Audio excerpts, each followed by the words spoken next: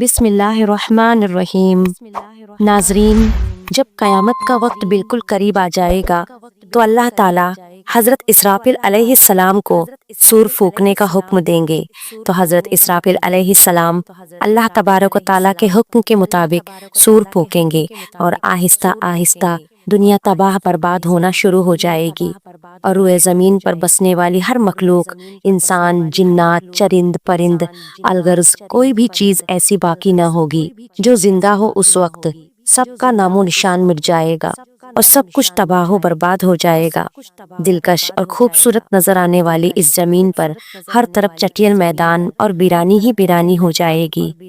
اس کے بعد اللہ تبارک و تعالیٰ ارشاد فرمائے گا کہ کون ہے جس کی آز بادشاہی ہے، اور کہاں گئے دنیا کے جبار اور متکبر لوگ۔ دنیا کی اس تباہی کے بعد ایک لمبا عرصہ خاموشی اور سناٹے میں گزر جائے گا، اور اس لمبے عرصے کا علم صرف اللہ تبارک و تعالیٰ کو ہی ہے۔ پھر جب اللہ تبارک و تعالیٰ چاہے گا تو نئے سرے سے زمین و آسمان اور فرشتوں کو پیدا کر دے گا۔ انسانوں کو دوبارہ زندہ کرنے کے لیے اللہ تبارک و تعالیٰ آسمان سے بارش نازل فرمائے گا،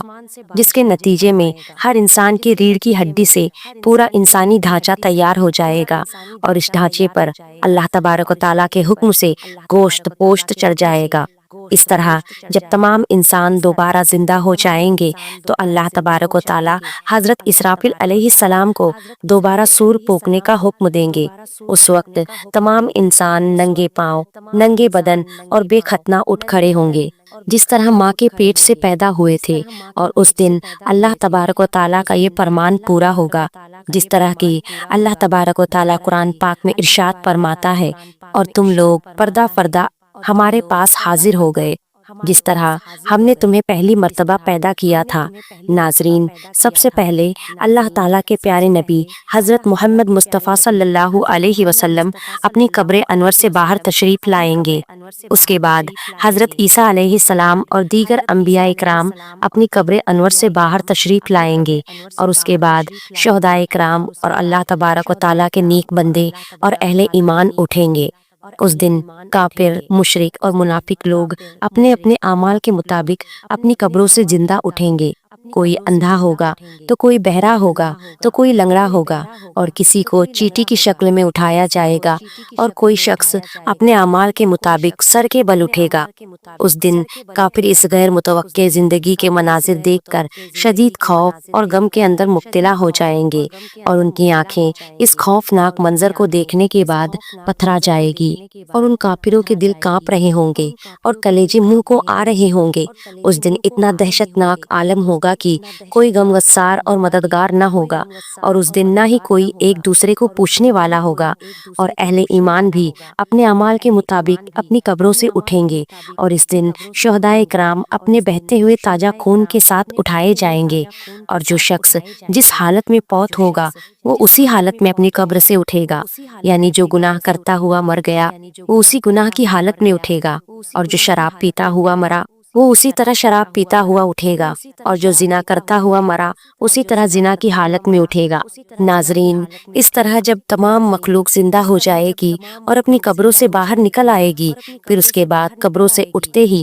ہر انسان پر دو فرشتے مقرر کر دیے جائیں گے، اور وہ فرشتے تمام لوگوں کو میدان حشر میں پہنچا دیں گے۔ ناظرین، آپ کو بتاتے چلے کہ میدان حشر ملک شام کے علاقے میں قائم ہوگا، اور سبھی لوگوں کو اپنی اپنی قبروں سے اٹھ کر اس میدان میں جانا ہوگا، اور کفار میں سے جو لوگ اندھے اٹھیں گے وہ ٹھوکریں کھاتے گرتے پڑتے میدان حشر میں پہنچیں گے، اور جو لوگ چیٹیوں کے جسم میں اٹھیں گے وہ لوگوں کے پاؤں تلے روندے جا رہے ہوں گے، اور جو لوگ سر کے بل اٹھائے جائیں گے وہ لوگ انتہائی ذلت اور رسوائی کے ساتھ میدان حشر میں پہنچیں گے، اور بعض کافروں پر آگ مسلط کر دی جائے گی جو ان کافروں کو ہانک کر میدان حشر کی طرف لے جائے گی، اور اہل ایمان بھی اپنے عقائد اور اعمال کے مطابق میدان حشر کی طرف رواں دواں ہوں گے۔ بعض اہل ایمان پیدل پہنچیں گے، اور بعض اہل ایمان اونٹوں پر سوار ہو کر میدان محشر میں پہنچیں گے۔ کسی اونٹ پر ایک شخص ہوگا تو کسی اونٹ پر 2،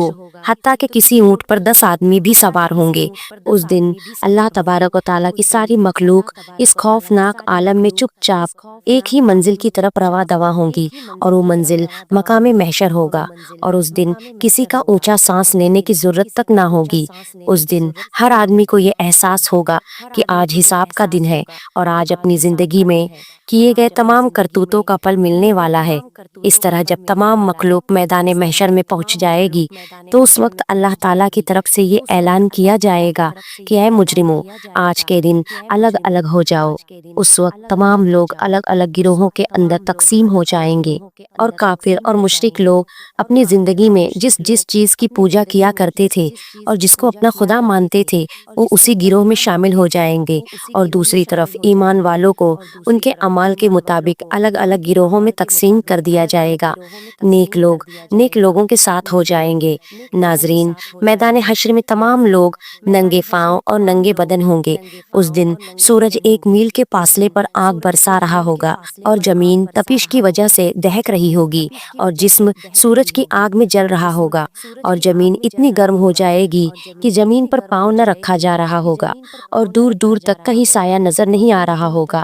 اور لوگ اپنے اپنے عقائد اور اعمال کے مطابق اپنے اپنے پسینوں میں ڈبکیاں لگا رہے ہوں گے۔ کچھ لوگ اپنے گناہوں کے مطابق ٹخنوں تک پسینوں میں ڈوبے ہوں گے، اور کچھ لوگ سینے تک پسینے کے اندر ڈوبے ہوں گے، اور کچھ لوگ اپنے اعمال کے مطابق پورے کے پورے پسینوں میں ڈبکیاں لگا رہے ہوں گے۔ حشر کا یہ خوفناک دن 500 سالہ ہوگا، اور لوگ بھوک اور پیاس اور شدید گرمی کی حالت میں 500 سال تک کھڑے رہیں گے، اور تمام لوگ تنگ آ کر اللہ تبارک و تعالیٰ کی بارگاہ میں عرض کریں گے، یا رب العالمین، ہمیں اس مصیبت سے نجات عطا فرما، چاہے ہمیں جہنم میں ڈال دے۔ ناظرین، یاد رہے کہ آج سورج کا ہماری زمین سے فاصلہ 9 کروڑ 30 لاکھ میل ہے۔ اس کے باوجود بھی جون جولائی کے مہینے میں زمین اس قدر گرم ہو جاتی ہے کہ 1 منٹ کے لیے بھی زمین پر ننگے پاؤں کھڑا نہیں ہوا جاتا۔ تو ذرا غور فرمائیے کہ اس دن کیا حال ہوگا جس روز زمین کا درجہ حرارت آج کے مقابلے میں 9 کروڑ گنا زیادہ ہوگا۔ اس دن حساب و کتاب سے پہلے تمام لوگ مختلف انبیاء کرام کی بارگاہ میں حاضر ہوں گے اور ان سے اپنے لیے سفارش کرنے کا کہیں گے، لیکن سب انبیاء کرام ایک ہی جواب دیں گے کہ آج میرا رب اتنا غضبناک ہے کہ اس سے پہلے وہ اتنا غضبناک کبھی نہیں ہوا، اور نہ ہی وہ اس کے بعد کبھی اتنا غضبناک ہوگا۔ اس وقت تمام لوگ مایوس ہو کر حضرت محمد مصطفیٰ صلی اللہ علیہ وسلم کی بارگاہ میں حاضر ہوں گے، اور آپ کی بارگاہ میں عرض کریں گے، یا رسول اللہ صلی اللہ علیہ وسلم، آپ اللہ کے پیارے رسول ہیں اور خاتم الانبیاء ہیں۔ آپ دیکھ رہے ہیں کہ ہماری کیا حالت ہو چکی ہے۔ آپ اپنے رب کے حضور ہماری سفارش کر دیجئے کہ وہ ہمارے حساب و کتاب کا آغاز فرمائے اور ہمارے گناہوں کو بخش دے۔ تو اس وقت آپ صلی اللہ علیہ وسلم یہ ارشاد فرمائیں گے کہ آج کے دن سفارش کے لائق صرف میں ہی ہوں۔ چنانچہ اس وقت حضرت محمد مصطفیٰ صلی اللہ علیہ وسلم کو میدان حشر سے شفاعت کے بلند ترین مقام محبوب تک پہنچا دیا جائے گا، جو جنت میں عرش الہی کے نیچے ہوگا، اور وہاں پہنچ کر حضور پاک صلی اللہ علیہ وسلم اپنے پیارے رب کے حضور سجدے میں گر جائیں گے اور اللہ تبارک و تعالیٰ کی حمد و ثنا کریں گے۔ اس وقت اللہ تبارک و تعالیٰ کی ذات جب اپنے محبوب کے اس محبت بھرے سجدے کو دیکھے گی تو اس وقت اللہ تبارک و تعالیٰ کا دریائے رحمت جوش میں آ جائے گا۔ تو اللہ تبارک و تعالیٰ اپنے حبیب صلی اللہ علیہ وسلم سے ارشاد فرمائے گا، اے میرے محبوب، اپنے سر کو سجدے سے اٹھاؤ اور سوال کرو، جو آپ مانگو گے وہ آپ کو دے دیا جائے گا، اور جس کی آپ سفارش کریں گے اس کی سفارش قبول کی جائے گی۔ ناظرین، یہی شفاعت کبریٰ ہوگی۔ شفاعت کبریٰ کی منظوری کے بعد حضور پاک صلی اللہ علیہ وسلم ایک محمود سے میدان محشر میں تشریف لائیں گے، اور اس وقت اللہ تعالیٰ فرشتوں کی معیت میں میدان محشر میں نزول ازلال فرمائے گا اور جلوہ افروز ہوگا۔ اس وقت تمام فرشتے زمین کے کنارے پر کھڑے ہوں گے اور 8 فرشتے اللہ تبارک و تعالیٰ کا عرش الہی اٹھائے ہوں گے، اور اس وقت اللہ تبارک و تعالیٰ کی عظم و شان عدالت قائم ہوگی، اور اللہ تعالیٰ فرشتوں کو حکم دے گا کہ تمام لوگوں کو ان کے نام اعمال دے دیے جائے۔ اس دن اہل ایمان والوں کو سامنے کی طرف سے دائیں ہاتھ میں نامہ اعمال دیا جائے گا، اور اس دن کفار اور مشرکین کو پیچھے کی طرف سے بائیں ہاتھ میں نامہ اعمال دیا جائے گا۔ اس نامہ اعمال پر نظر ڈالتے ہی ہر انسان کے سامنے اس کی زندگی کے تمام کرتوت سامنے آ جائیں گے، اور اپنی زندگی میں کیے گئے تمام کرتوتوں کی تمام یادیں تازہ ہو جائیں گی، اور اس دن اہل ایمان کے روشن چہرے کچھ اور بھی روشن اور تر و تازہ ہو جائیں گے، اور تمام اہل ایمان خوشی خوشی دوسروں کو اپنا نامہ اعمال دکھائیں گے، جیسا کہ اللہ تبارک و تعالیٰ اس منظر کی طرف اشارہ کرتے ہوئے قرآن پاک میں ارشاد فرماتا ہے، اور لوگ کہیں گے کہ آؤ اور میرا نامہ اعمال پڑھو، اور اس دن مشرکین اور کفار کے چہرے کی سیاہی میں کچھ اور بھی اضافہ ہو جائے گا، ذلت ان کے چہروں پر چھا جائے گی، حسرت اور ندامت سے وہ اپنے ہاتھوں کو چبائیں گے، اور تمام کفار اور مشرکین کہیں گے کہ اے کاش ہمیں اپنا نامہ اعمال نہ دیا جاتا، اور کاش کہ میں یہ نہ جانتا کہ میرا نامہ اعمال اور حساب و کتاب کیا ہے۔ کفار اور مشرکین بار بار اپنے نامہ اعمال کو دیکھیں گے اور تعجب سے کہیں گے کہ یہ کیسا عجیب و غریب نامہ اعمال ہے کہ اس میں ہر چھوٹا بڑا عمل لکھا ہوا ہے، ہائے ہماری کمبختی، یہ نامہ اعمال کیسا ہے، کوئی چھوٹے سے چھوٹا یا بڑے سے بڑا عمل ایسا نہیں جو اس میں نہ لکھا ہوا ہو۔ ناظرین، نامہ اعمال کی اس تقسیم کاری کے بعد سوال اور جواب کا سلسلہ شروع ہو جائے گا۔ حضرت انس رضی اللہ تعالیٰ عنہ سے روایت ہے کہ آپ صلی اللہ علیہ وسلم قیامت کے دن عورتوں سے سب سے پہلے نماز کے متعلق سوال کیا جائے گا کہ پابندی کے ساتھ وقت پر ادا کیا تھا کہ نہیں، پھر شوہر کے متعلق سوال ہوگا کہ اس کے ساتھ کیسا برتاؤ کیا تھا۔ اس حدیث کے فائدے میں لکھتے ہیں، حشر کا میدان جو قلب و جگر کو پگھلا دینے والا ہوگا، اس میں عام مسلمانوں سے خواہ مرد ہو یا عورت سب سے پہلا سوال نماز کے متعلق ہوگا۔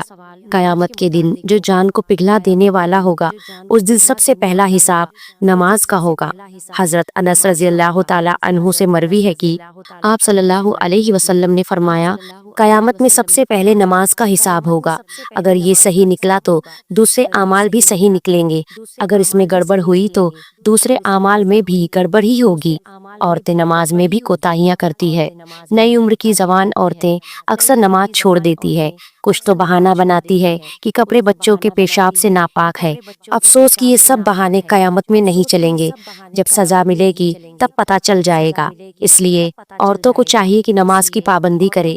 گھر کی بڑی عورتوں کو چاہیے کہ چھوٹی عمر ہی سے پابند بنائے، کم عمر کی عادت اور پابندی کا اثر پوری عمر باقی رہتا ہے۔ فرائض شریعہ کے مطابق عورتوں سے شوہر کے حقوق اور ان کی خدمت کے بارے میں سوال ہوگا۔ آج کل کے دور کی وہ عورتیں جو ملازمت کرتی ہے، آفس دفتر وغیرہ میں کام کرتی ہے، وہ شوہر کی خدمت میں کوتاہی ہوتی ہے، حتیٰ کہ ایسی عورتوں سے کھانے تک کی سہولیت نہیں ملتی۔ ایسی کوتاہی کل قیامت میں قابل گرفت ہوگی۔ ناظرین، جب یہ سوال اور جواب کا سلسلہ ختم ہو جائے گا اور تمام لوگوں سے ان کے حقوق کے متعلق سوال کر لیے جائیں گے، تو اس کے بعد میدان حشر کا آخری مرحلہ شروع ہو جائے گا اور میزان کو سجایا جائے گا۔ تمام انسانوں کے نامہ اعمال اپنی آخری شکل میں وزن ہونے کے لیے تیار ہو جائیں گے، اور حجت کو قائم کرنے کے لیے میزان قائم کیا جائے گا، اور اس میزان میں جن لوگوں کی نیکیوں کا پلڑا بھاری ہوگا وہ لوگ کامیاب لوگ ہوں گے، اور جن لوگوں کے گناہوں کا پلڑا بھاری ہوگا وہ لوگ ناکام ترین لوگ ہوں گے۔ اس دن جو کامیاب لوگ ہوں گے وہ جنت میں چلے جائیں گے، اور جو ناکام لوگ ہوں گے اور جن کے گناہوں کا پلڑا بھاری ہوگا وہ جہنم میں داخل کر دیے جائیں گے۔